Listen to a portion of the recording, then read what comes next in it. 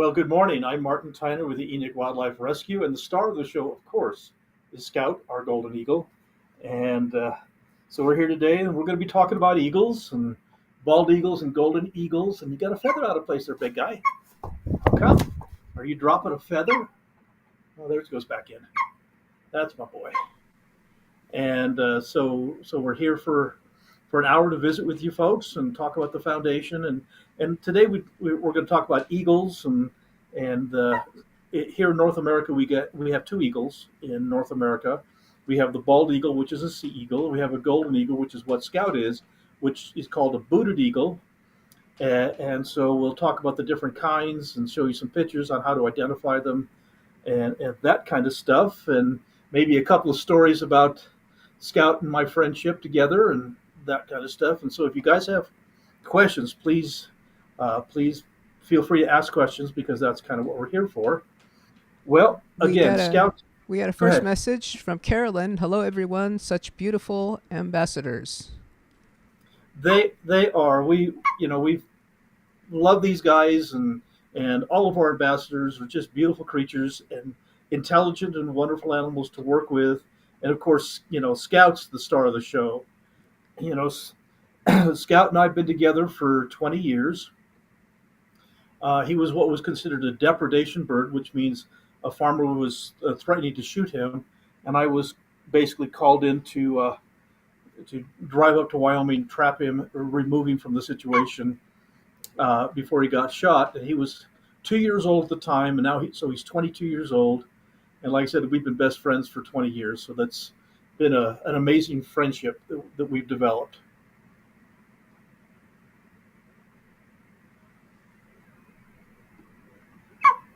Any other questions before I continue? I think we're all good. Okay. Well, let's just start with the golden eagle here. Now, the golden eagle is the most common eagle in the world. We sometimes refer to it as the world eagle because the golden eagle and golden eagle subspecies are found on every continent on this planet except Antarctica. And so we have golden eagles and subspecies in Australia, in Africa, in Europe, in Asia, and so on and so forth. So these are found all over the world. And of course, Utah has a lot of golden eagles out here in the western United States, and I see several golden eagles every day, and that's why we have to be so careful when we're flying our other wildlife ambassadors because when it comes to birds in the sky, there is the golden eagle, and everything else is what he eats. And so he would very happily eat my hawk and my falcons, um, and so we need to make sure that they're kept separate so that doesn't happen. You would find the other birds delicious, wouldn't you? You would like that. Now, golden eagles get their name golden because of the coloration on the back of the head. You can see where it's turning like that beautiful light colored golden brown feathers on the back of the head. That's where they get the name golden from. And so it's not that they're golden in color, they just have a lighter goldish, brownish color on the back of their head. Where the bald eagle is called a bald eagle because of the white head, the golden eagle because of the golden feathers on the back of the head. So that's how they got their names. Now, the golden eagle is generally speaking slightly smaller than the bald eagle, but that's not a guarantee. The southern ranging bald eagles that we have in Southern California and through the southern states all the way to Florida, those bald eagles generally run a little smaller than our northern bald eagles, which we find up in Canada and Alaska and in northern North America. And so this is the southern bald eagle and the golden eagles are really very, very close to the same size. Now, the golden eagle is a hunter. The bald eagle is primarily a fish eater and a scavenger, where the golden eagle is a hunter scavenger. Now, the all birds of prey, but eagles especially because of their tremendous size, they're looking for the easiest meal. And so, people say, well, will they ever eat anything dead? Of course they will, because they're looking for the easiest meal. And a dead rabbit doesn't run nearly as fast as a live rabbit. And so if he has his choice, he would much rather eat roadkill rabbits than have to catch a rabbit, a live rabbit himself, because he, like I said, he wants the easiest meal. And this is why the number one injury to eagles in the United States and probably worldwide is being hit by cars, because these guys will find a roadkill rabbit or roadkill deer or something along those lines, and they'll fly down in the middle of the road and they will have breakfast. And these guys literally can eat so much food they can't get off the ground. In fact, I've rescued many eagles in my lifetime that the only thing wrong with it is it had too much breakfast. And so I was able to, couldn't fly, so I ran it down, grabbed it, took it back to our rescue center, and let him overnight digest his breakfast, and then they were ready for release. Well, And so that's today's video. That's number 5, our number 4, our most viewed video. Should we go ahead and roll that one that you're talking about right now? sure. Okay, this is Eagle ate too much to fly.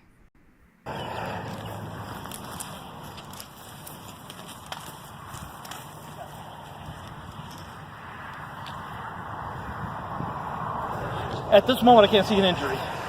I'll know more when I get back and recheck her out closely. How could she not fly though, even being that full? They old wives' tales. Eagles swoop down, carry off sheep, cows, and children.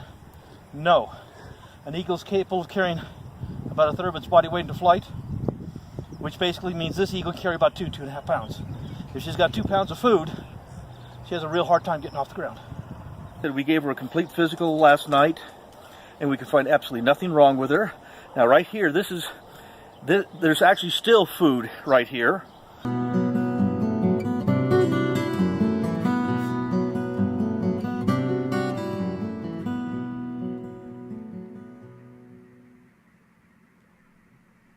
I know it's hard for people to believe, but that eagle was really, really typical. Eagles don't have a stomach. They have a gizzard right down here where they digest the food, but the gizzard's a very small muscle that grinds up the food. What they have is they have a crop. The crop is right up here, and so when they eat, they'll eat so much that this area right here it's a sac that expands out, and it can get this bigger than a softball. They can pack in a couple of pounds easy in food in the crop if the food is available to them. And with that much food, it's extremely difficult for them to fly. And so that particular eagle was right along the freeway, actually. Along the freeway, we got several calls about this eagle, basically standing along the freeway and that couldn't fly. And so I was able to, get out there, spotted him, run the eagle down, and net him, getting back to our rescue center. And if you saw in that video, this is expanded out huge, just absolutely huge. And it took him, 2 or 3 days to digest all of that food that he had eaten. And so he just was too fat to fly. And yes, and such a good boy. And so, like I said, the number of injury to eagles is being hit by cars. When people are driving, especially if you see a bunch of birds out on the highway, you're driving down the highway 60, 70, 80 miles an hour, depending on the speed limits, and you see a bunch of birds on the highway ahead of you, or one giant bird, like an eagle, please, please, please slow down. Because oftentimes in a big bunch of ravens, there will be an eagle in the center of all those ravens, and the ravens get off the ground more quickly than the eagle can. So the ravens move out of the way, and the eagle gets hit by the car.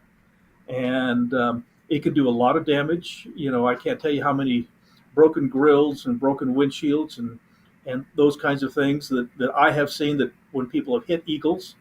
And so you get a broken car and I get a broken eagle. And so when we're driving out, especially out in the rural areas, keep your eyes open on the highway, watch for eagles. Oftentimes, if the roadkill is just off the side of the road, the eagle will be sitting on the roadkill eating, and again, you go driving along, it spooks the eagle. They try to take off, but they can't get off the ground, and they end up taking off, flying across in front of the car, and they get hit. So Just when you're out in the rural areas, watch carefully. You'll do me a great service. I get way too many eagles to repair every year, and you guys can help me a ton by watching for them on the highways. I just realized a huge mistake I made for the benefit of people watching and for Scout. I forgot to ask you to put something in your pocket. Oh yes, well, too late now. I don't have any glasses close by. Scout, he's incredibly intelligent and he's got a tremendous sense of humor. He likes to tease me. And so I used to wear glasses. I'm old, so I had cataract surgery. And so I don't wear glasses anymore, which is absolutely wonderful. And so when I used to wear glasses, when I would do my educational programs, I would take the glasses off so I could look out to the audience and put the glasses in my shirt pocket. And so Scout used to love to, as I'm doing my show, he would want to get a little mischievous and tease me. He'd reach into my pocket, pull my glasses out, and throw them out to the audience. And then he'd have a big eagle grin on his face, like, I got you again. And so he could, these are super intelligent creatures. And of all the birds of prey in the world, if handled properly, the golden eagle can be the sweetest and the most gentle bird of prey that you will ever work with. But if handled inappropriately, this is an 8-pound creature that will put you in the hospital on a regular basis. So they can be really quite dangerous. And shall we do a little more anatomy, Scout? Shall we show them your pretty feet? Look at these. You guys can see that very well. Basically 600 pounds per square inch of crushing power in those feet. He can drive those talons through my glove and crush the small bones in my hand. It's really good. He likes me. Like I said, they can be quite dangerous to work with. My eagle has over 7,000 feathers. 7,000. Now, there are many Native people around the world that believe that if you say your prayers with an eagle feather, the eagle feather will carry your prayers to God. Well, I've got over 7,000 of them right here, so I'm in really good shape. Now, all 7,000 feathers only weigh about 2 pounds in weight. The bigger eagles will weigh a little more, obviously, smaller will weigh a little less, but about 2 pounds. And so the feathers are incredibly light. The bone structure of the birds, their bones are hollow, and that's with all birds. And since the bones are hollow, they're very lightweight. And so his entire skeletal structure, again, about 2 pounds in weight. Yet there's a portion of my eagle's body that represents half his total body weight, and that's the large chest muscles right here, the pectoral muscles. And those are the motors that he uses to drive that beautiful 6-foot wingspan. Can we show him your wings without you knocking anything down? That beautiful wingspan that allows eagles to fly where hawks and falcons cannot. For eagles have been spotted at altitudes greater than 30,000 feet. And this eagle can comfortably soar in a 40-mile-an-hour wind, which would ground a hawk or a falcon. So they're just physically amazing animals, incredibly powerful, but very lightweight. This eagle right here weighs 8 pounds. And so, people see me holding this massive creature, and they're going, "Oh my God, you must, be a bodybuilder. You must lift weights all the time. It weighs, to be able to handle such a big animal." And the truth of the matter is, they're very light. They are powerful, but they're very lightweight. Can you talk about his jesses and the precautions you take as far as how he's inside right now and to make sure that he doesn't do anything to hurt himself? Yes, absolutely. Now, what jesses are, you can see I've got leather straps right here, and these leather straps go around his ankle. And so they go around the ankle, and then I can hang on to these leather straps so that when we're doing programs, when we're in my house like I am right now in the living room, if he decides that he thinks that Piper the prairie falcon looks delicious this morning because Piper's sitting on a perch across the room, and he decides that because he hasn't had his breakfast yet, if he decides he wants to go eat the falcon, I can hang on to him so he can't go there. And and it's for his safety too. If I had the windows open, he could try to fly through a window. in an auditorium with 500 screaming children. If he gets upset and tries to fly, that could be an incredibly dangerous situation. This is why we're not allowed to fly these birds indoors over the head of the public, because it can be quite dangerous. And so this is traditional falconry gear called Jessies that we use to control the bird when they're on my glove to prevent any accidents from happening. You've talked before, I think it's called where birds bait, where they want to hang upside down or something like that. Has Scout, I mean, has it been like decades since Scout has ever done that? Well, yeah, baiting is a bait or baiting multiples is where the bird wants to leave your glove. And so if Scout decided that he's going to fly across the room and kill and eat Piper, he would try to leave my glove to go catch Piper, and hanging onto him with the Jessies, he'll fly off. He'll kind of, because I have a hold of him. Yeah, is that silly? And he'll come back up onto the glove, and that's called a bait. And sometimes, when they bait, if they're really serious about wanting to go kill something or get away from you somehow, that bait may be 2 or 3 or 4 or 5 baits at a time until the eagle comes up and decides to settle. And this is with all birds of prey, not just eagles. And so that's called baiting. And it's just his way of saying, things as much as, I want to go kill that prairie falcon, or it may just be to the point where we're doing a program and he'll tell me, he'll bait and basically say, I'm bored. All these people out here in the audience, not one of them looks like a rabbit. They're all boring. Dad, let's put me back in my box and let's go do something fun, like go kill a jackrabbit. And so baiting is just a behavior where they try to leave you, but you hold on so they come back onto your arm. Jay asks, if Scout is in a room with television, would he watch or be interested? No, he really doesn't show an interest. In fact, right now, we're sitting out in front of my computer. We've got the computer screen on, and I can see me, I can see him. We can see the background behind us, and he doesn't care. A television, the only thing a television initially does, all that lights and movements and that kind of stuff, with a new bird, that can be agitating to them. They can be nervous about that. Now, our peregrine falcon Helen, which is mostly blind, she loves to sit in front of the TV because that lights and movements entertains her, because she can only see about 3 feet ahead of her. And so that limited vision, the TV does help entertain her. But many of my other birds, to sit in front of the television makes them nervous.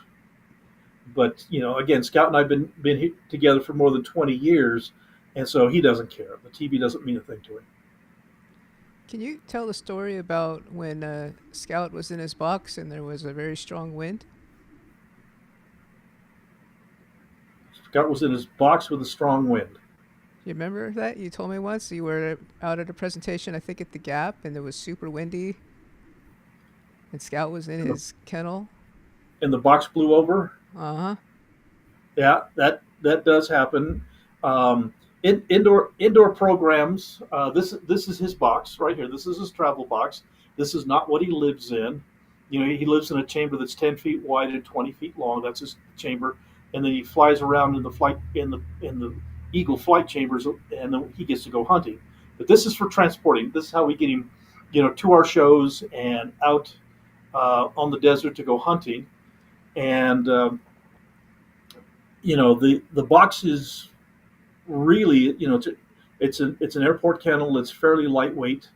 And one day we were doing a program, had a bunch of a tour group from Japan out of the Parowan Gap, and to look at the petroglyphs and learn about the native wildlife with me. And I had Scout out there, and he was in his box, and we had another bird out. We were talking about it, and a big gust of wind comes by and blows the box. There was a little retaining wall that I was standing right next to in his kennel was on the retaining wall. It blew his box off the retaining wall and blew it back, and that didn't hurt him, but it rattled him, and so I had to quickly throw the other bird into its box and grab Scout and get his box lifted back up and get it straightened around it to make sure that he was okay.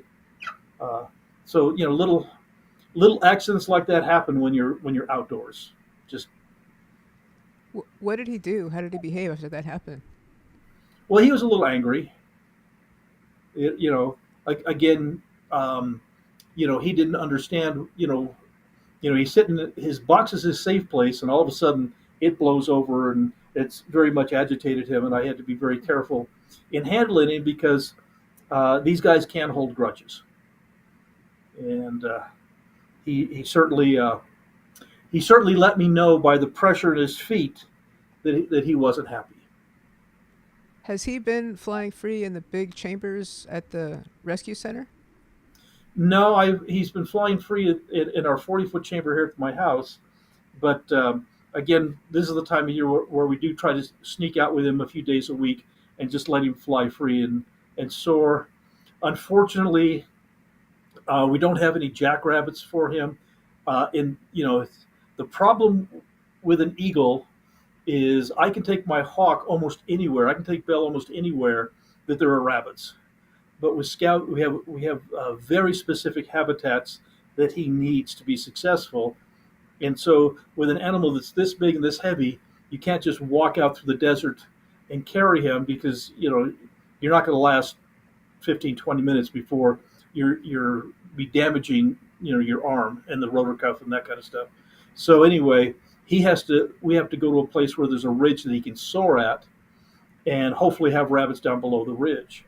And we've got a couple of places like that, other than the rabbit population is literally zero out there. So I can let him soar a little bit and then basically throw out his toy, whistle for him, bring him back and let him land. If I let him soar for much more than about 10, 15 minutes out there, it's the lava flow north of town. If I let him soar much more than that, he'll get bored and he'll watch for rabbits, and he can spot a jackrabbit 5 miles away. And so there's been many times where I'm unable to flush out a rabbit for him, and he gets sufficiently bored, and then off he goes, and then I have to go track him down and pick him up. And most of the time he doesn't catch a rabbit. These are really big and they are powerful, but they're not very maneuverable because of their huge size. And so, I just have to go track him down and go pick him up and feed him his breakfast and take him home. And so he's, with the loss of our rabbit population here, that was really about the only thing left here in southern Utah for falconry. I used to walk just right across the street here, and I had thousands of acres of alfalfa fields with lots of pheasants. And then within walking distance of my house, I had a half a dozen small livestock ponds where there were ducks. There are no pheasants anymore. The stock ponds are dried up. There's no ducks anymore. And so the only quarry that's really left is cottontails and jackrabbits. And with that rabbit hemorrhagic disease came through a few years ago, that just wiped them out. And so now, we do catch the occasional rabbit, but not nearly as successful as we used to be. Cheryl says, "Happy holidays from Massachusetts. Thank you for everything you do." Well, welcome from Massachusetts. I'm very glad to see you guys join us. And Scout's, like I said, he's kind of my buddy. He just kind of hangs out here, and we love to visit with him. So if you and Susan could live anywhere you wanted based solely on the best place to hunt with Scout, where would you live? Keep it on the plastic, sir. Hurry up. Thank you. That was very polite. I have plastic down here on the floor, but he could certainly, that's called a mute, which basically means it goes straight down on the plastic. Eagles have the option, they can mute, which means it goes straight down, or they could slice, which basically means hit the wall on the other side of the room. And so he was being very polite, so we don't have a mess in the house, huh? Thank you. You're a good boy. If I were to live wherever I wanted, that's kind of what Utah was. My wife and I, we grew up in Southern California. I was the curator of birds at Busch Gardens in Southern California. And like I said, I worked in the movie and television industry, training big cats and elephants and that kind of stuff. And then when my wife and I got married, where I lived in California, falconry just, there's no place to fly the birds. I tell people if you have to drive more than 15 minutes to go fly your bird, move, because you're not living in an appropriate area to be a falconer. And there in Southern California, driving in an hour or more to go fly birds was quite common. And even at that, the quality of the area wasn't that good. And so my wife and I, we came up to Utah to go to her grandmother's funeral, because her grandmother lived up in the Salt Lake area. And Susan, her family's from a small town called Orderville, Utah, which is about 75, 80 miles from here over the mountain on Highway 89. And that's where her family originated from. But Susan grew up in Southern California like me. And so after going to the funeral and visiting, we stopped in Cedar City here to visit friends of her family that had moved from California to here to Utah. And they took us around and gave us a tour of the area, and it was magnificent. Like I said, jackrabbits and cottontails everywhere. Beautiful places to hunt ducks and pheasants, and there's chukar and sage grouse, and it was just a magnificent place to be a falconer. The Cedar City area was 4,000 people. Like I said, it was all agriculturally based. Now there's 60, 70,000 people in the area, maybe more. All of the, the vast majority of the farms have been shut down. They've been planting houses. Cedar City is getting really into high density housing, apartment complexes that are 5 stories high. And so what was a wonderful place to be a falconer, this is not a wonderful place to be a falconer anymore. And if it wasn't for our Enoch Wildlife Rescue Center, I would have moved from here years ago. In fact, my boy moved. He went up to Wyoming. And so there are still places, there's still small town Utah, there's still small town Idaho and Wyoming and Colorado, and places where it's really a really nice place to be a falconer. But here in this part of Utah, it doesn't exist anymore. But somebody has to stay here and take care of the sick, injured, and orphaned wildlife. And so that's what I'll be doing for the rest of my life. But if you could go anywhere in the world, where would be the best place? If it was anywhere in the world, I'm really fond of Boulder, Utah, because that's a little off the path, small community. It's a beautiful little place, and it does lend itself quite well. Over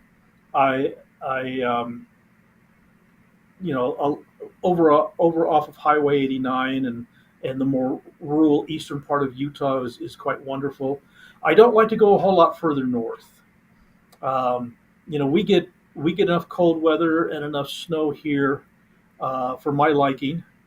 And so going up, my son who lives in Wyoming, and he loves it up there, and all of the things that he was raised on that we love to do together. That environment is there in Wyoming, and he's got a great life up there. And he would love for Susan and I to come up to Wyoming. But it just in northern Wyoming, it's just flat too cold for me. And so I would rather stay right on the edge of the snow here in southern Utah, where we get the 4 seasons, but none of the seasons are quite as severe as other places. John A. asks, hello from UK, hope to pick up a male golden eagle next season. What style of hood do you use with him? The hood that I use, well, I've used a variety of hoods with him. I make my own hoods, and so I make an Anglo-Indian hood that fits him quite well. Um, the the Indian style hood. Basically, it doesn't have to do with the actual style of the hood, just the fit of the hood. And so you can use a Dutch hood. You can use, like I said, an Anglo-Indian. You can use.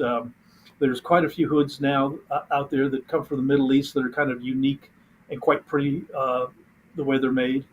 Um, but since I make my own, I've got the molds for eagle hoods, and the Anglo-Indian style is what I prefer. KB asks, what does Scout's chest muscles look or feel like? Well, basically, obviously you can't see them through all the feathers, and there's a very thick layer of feather up here that not only the down feathers underneath to keep him warm, but the cover feathers as well. And so, you know, the truth of the matter is, if he gets soaking wet and the feathers kind of mat down a little bit, he doesn't look any different than a turkey breast or a pigeon breast or a chicken breast. It's just the whole series of muscles, the keel right here in the center, just like any other bird, and the large muscles on each side. John A. asks, how long does he take to complete a molt? A long time. He usually, now what a molt is the birds drop their major flight feathers and grow new ones every year. So basically, the tail feathers and the wing and the primary and secondary wing feathers, they drop every year. Some of the body feathers, they may not drop more than about every 4 or 5 years. And so a complete molt can take as much as 5 years. But the initial molt, because he only drops a couple of feathers at a time, and then those grow back in and drops a couple of more. The initial molt takes about 6 months before he's basically not growing any of the major feathers anymore. So it's about 6 months into the molt and 6 months out. Okay, right here. Martin, happy Christmas days from Germany. 1,000 thanks for your service, Martin. Scout is such a gorgeous animal and so cute the way he checks around. Well, thank you, and thank you for checking in with us from Germany. That's wonderful. I have met a few German eagle falconers in my lifetime. I can't think of a name right offhand, but they've come in. In fact, I wish, since I just thought of that, I wish I would have it here. I had this German falconer, and he came to a falconry event here in North America. So he couldn't bring his bird because he couldn't import him into the country. But he came to North America and basically was visiting with lots of different falconers and went to this falconry event that I was at. And he was asking everybody, he was looking for an American eagle falconer. And at the time, I was basically about the only one. I'm the one that was the first person in North America licensed to trap and train a wild eagle in falconry, and so I was one of the only people in the country that could have an eagle. There were a few guys that had education birds and that kind of stuff, but for falconry, to trap and train a wild eagle, I was kind of the first. And so this gentleman really is super nice guy, big burly guy.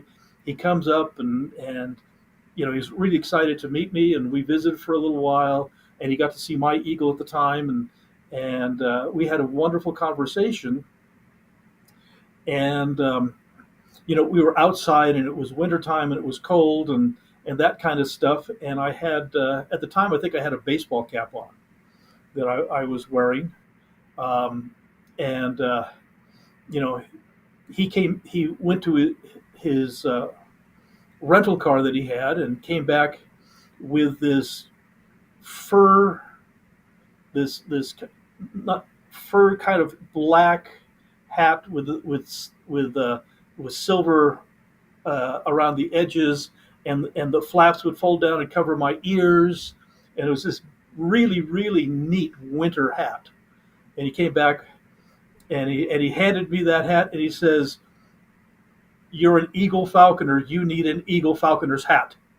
And so he gave it to me, and that was, oh my goodness sakes, 20 plus years ago. And I still, to this day, when I take Scout out here in the wintertime, I wear my Eagle Falconer hat. So it was a gift that meant a great deal to me. And so I've had, wonderful experiences with falconers from around the world. They can be amazingly kind and generous people. Jennifer asks, where would you advise someone to start that wants to get into rehabilitation? Well, my first advice is don't. There is not a nickel of state or federal funding for us to take care of these animals. We get no support from the government whatsoever. The government makes it extremely complicated to get your license and permits to do this, and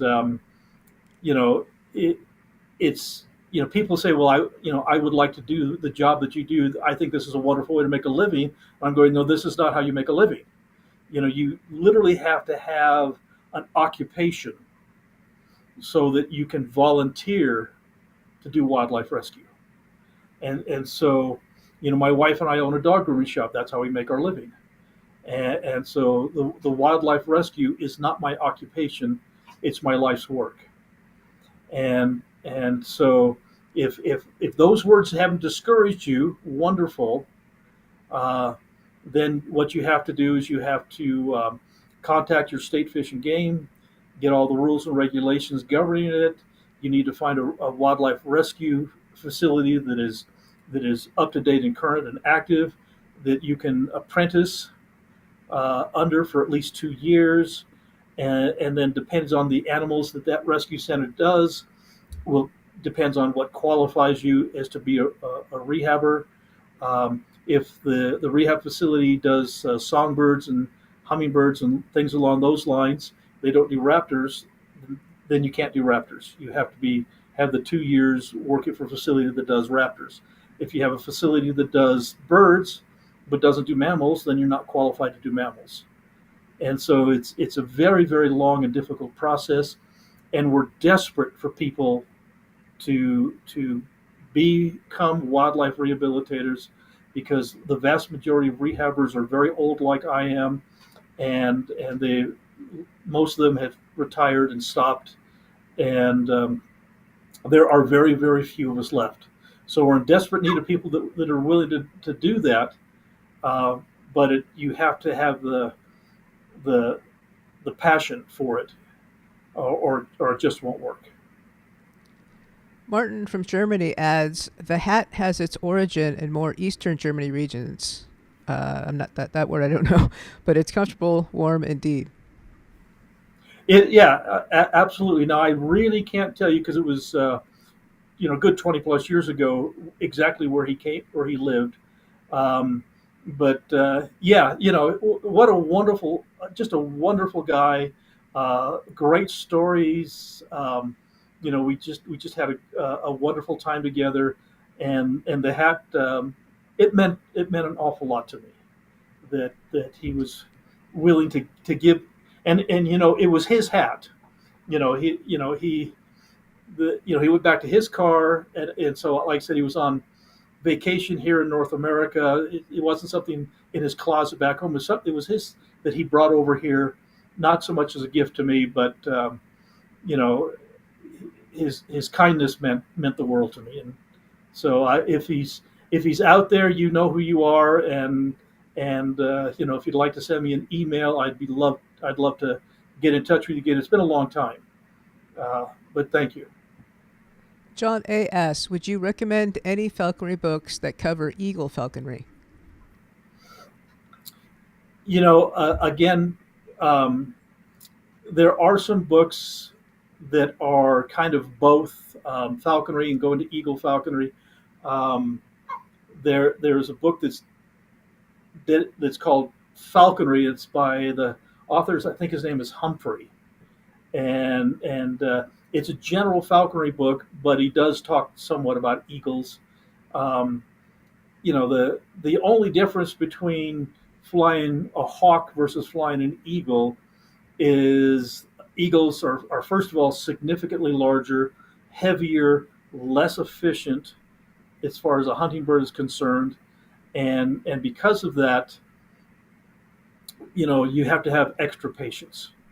Um, where I could take on a good year, I could take my Harris hawk out, and on a good year we could catch between 80 and 100 rabbits. On a really good year, putting the same amount of time and effort into flying my eagle, we'll catch 5 to 8 rabbits. And so the efficiency goes way down when you go to extremes like eagles. But anyone who flies eagles, really, it's not about the hunt. It's not about the kill. It's about the having the opportunity to develop a relationship with such a magnificent creature, and to dedicate yourself to working with these animals.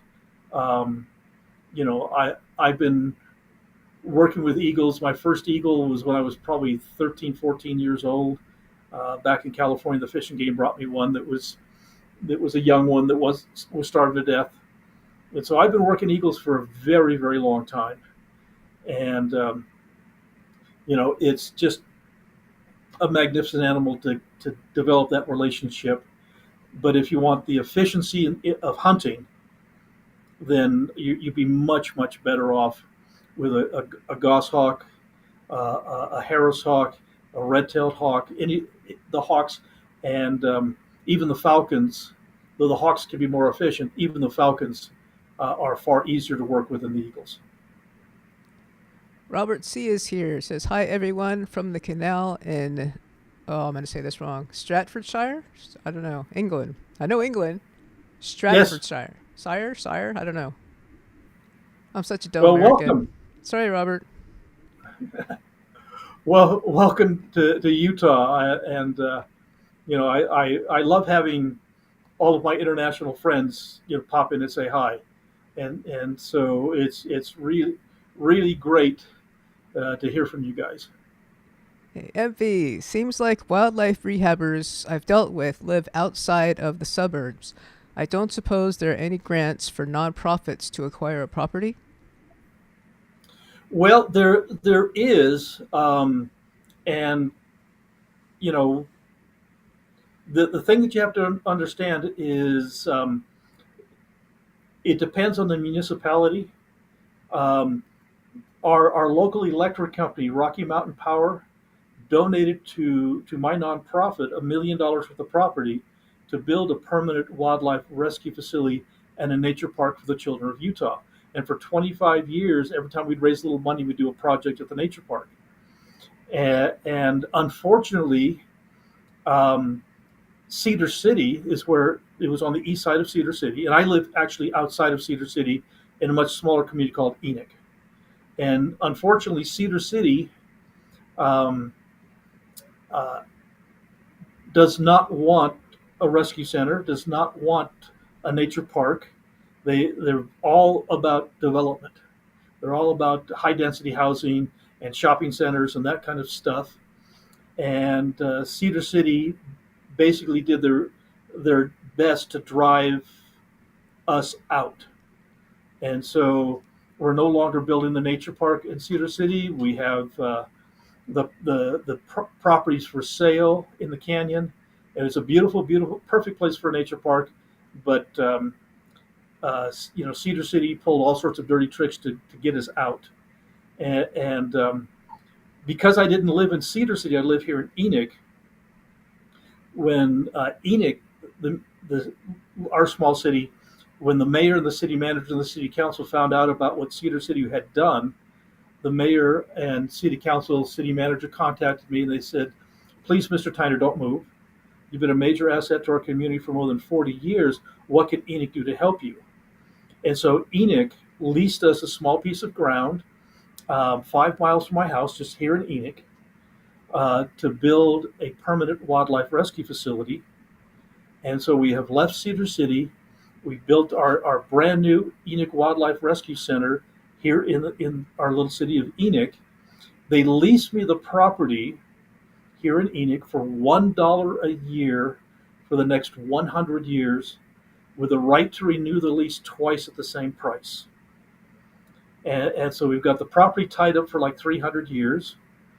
And, and we put tremendous amount of efforts into raising the money to build the brand new facility. So now we do have a really nice wildlife rescue facility, and it's within the city limits of Enoch.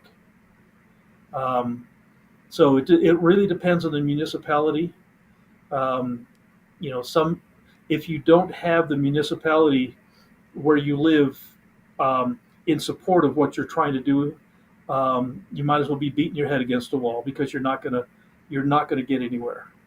And so we're so grateful that Enoch supports who we are and what we do. So yes, there are funding for that, but it's hard to find. I wonder if we should mention what we're talking about today as far as having a live stream meeting to talk about the more tech stuff, that we plan that after the new year. Yeah, actually, DG and I were just talking about the animals are the fun part. We adore the animals, and people love to check in. But the other part of any nonprofit wildlife rescue facility is the business part, and that has to do with expenses and raising money and those kinds of things. And so we talked about maybe in January sometime holding a kind of a town hall meeting for everybody that has an interest, and we can bring them up to date as to where we're at, what we've accomplished, and our funding opportunities and those kinds of things. Because again, I'll be really honest with you guys, this is yours. That new Enoch Wildlife Rescue Center, that we'd raised about $800,000 to build that new facility, and the vast majority of the money came from out of state and out of country.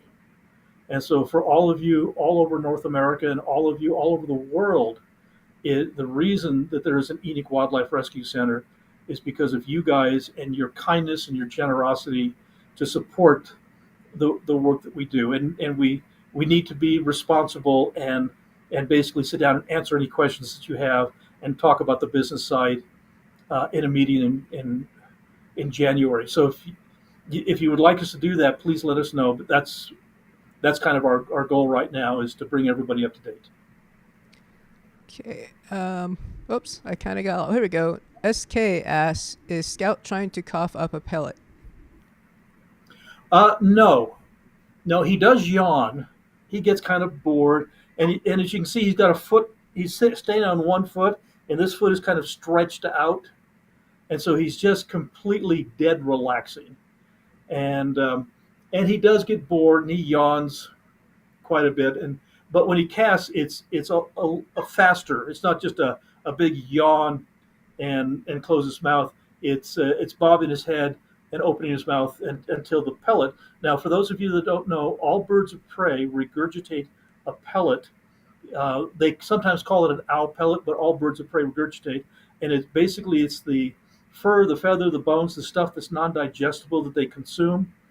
Basically, it gets packed up in a pellet in their digestive system, and they regurgitate it out. It works like a scrub brush to clean out their digestive system, and then they regurgitate the pellet, and that pellet has all the bones and stuff that didn't digest. And that way we can actually pick the pellet apart and see what the wild bird's been eating. Charlotte asks, what type of bird is an osprey? Thank you for sharing your lives and patiently teaching. Well, the osprey pretty much is an osprey. They're kind of in their own little group. And so, some people call them a fish hawk or a fish eagle. They're really not.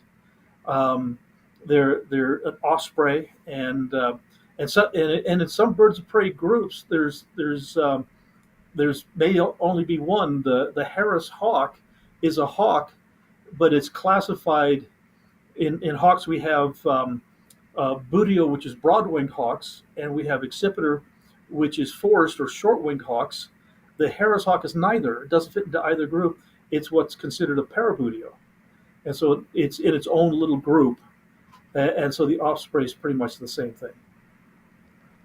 And 127 is here and says, Happy Winter Solstice, Martin, DG, and Scout.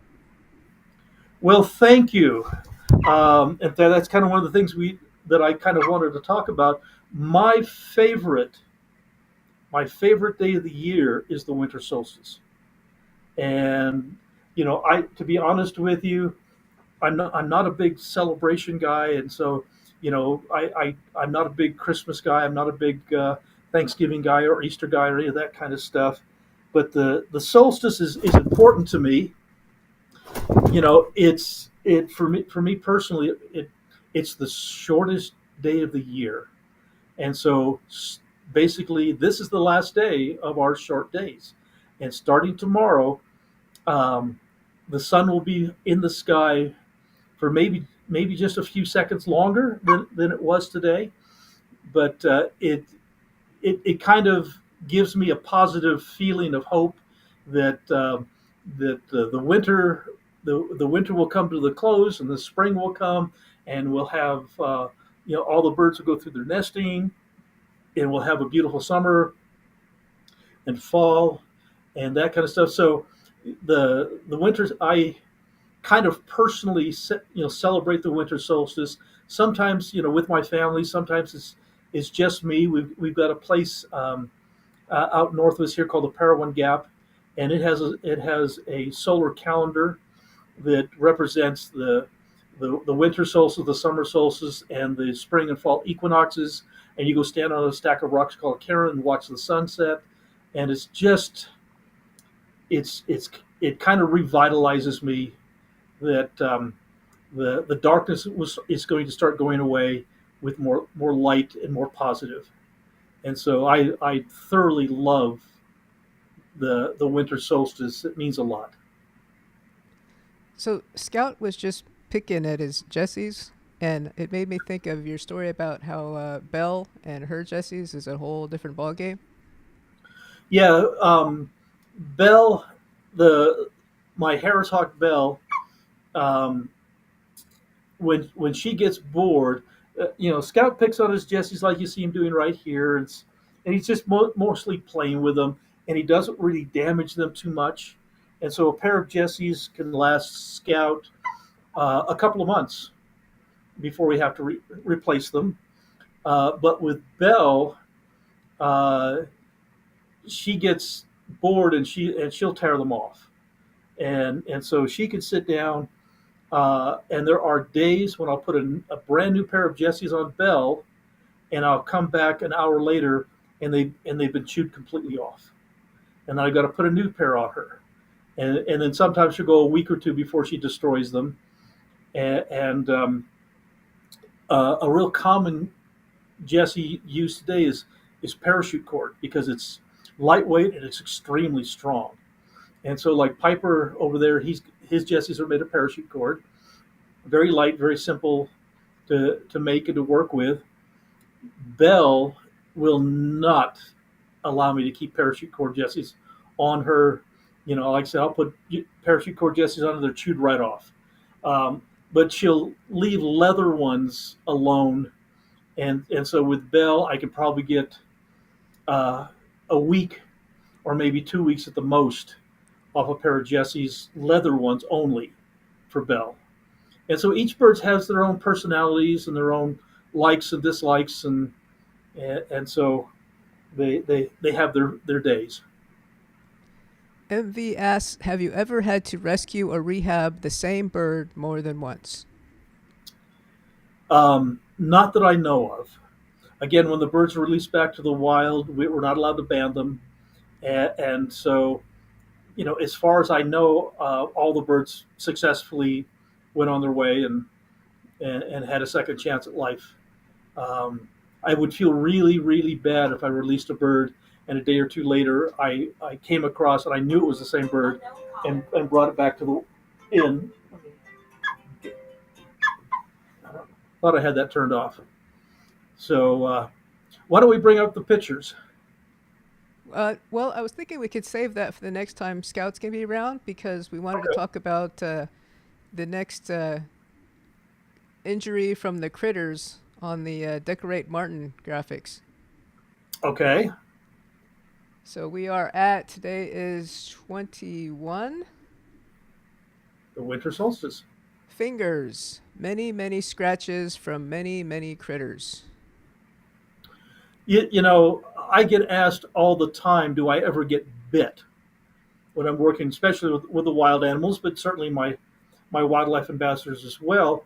And I tell people every day, you know, when you're working with, in essence, live razor blades, and these they have a razor's edge on them, and they're incredibly sharp. And so I get clawed, I get bit almost on a daily basis. I don't pay much attention to it.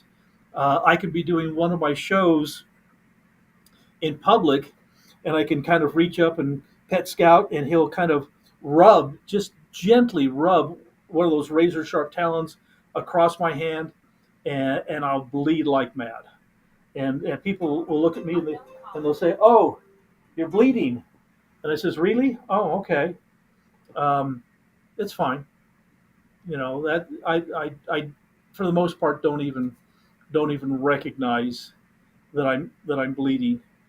But you know, that's part of working with wild animals, and you know, we do our best not to get, you know, severely injured, but minor cuts and stuff we don't worry about. So I think we have a vote to go a little late in order to show those pictures, because Alora says I only get to watch tomorrow, then I'm gone. Okay, well, if that's okay with you guys, let's show them some pictures. Okay, so let's go back to the order we were talking about. Okay, this is a bald eagle. Notice it doesn't have the white head. This is a young bald eagle. Bald eagle doesn't get his white head and white tail till he's 2 years old. This is a carcass out on the desert across the street from our Enoch Wildlife Rescue Center, where somebody dumped that. Happened to be an elk carcass that just the skin and bones and that kind of stuff that they threw out there. And the eagles will come in and gather in groups. And that's actually one of my favorite photographs. I've got an enlargement of that photograph hanging up in the restroom at the Enoch Wildlife Rescue. And this caption underneath it says, "Don't poop where you eat," or "Don't eat where you poop." And so that's kind of just a fun photograph of a young bald eagle. Now, if you look carefully, you'll see that its legs are bare. And that's sometimes the only real good indication between a young bald eagle and a golden, is the young bald eagle, it doesn't have feathers on its legs. And the golden eagle, like Scout here, has feathers all the way down to the top of his foot. So here we get a large population of bald eagles in for the winter, and so that's one of the easiest ways to identify whether it's a young bald or a golden. Now this is out in very much the same place, and it's again, they're feeding on the carcasses that were dumped out there in the middle of the desert. And so what you're looking at here is every eagle in this pile of eagles, and there's about 30 eagles in this pile, because bald eagles will congregate in groups to feed, where golden eagles are solitary. So there's not a single golden eagle in that group, even though this is prime golden eagle habitat. Not a single golden eagle, they're all balds. But if you look carefully, you can see the white heads on the adults that are more than 5 years old, but you can also see quite a few brown heads eagles, and so those are the juvenile ones.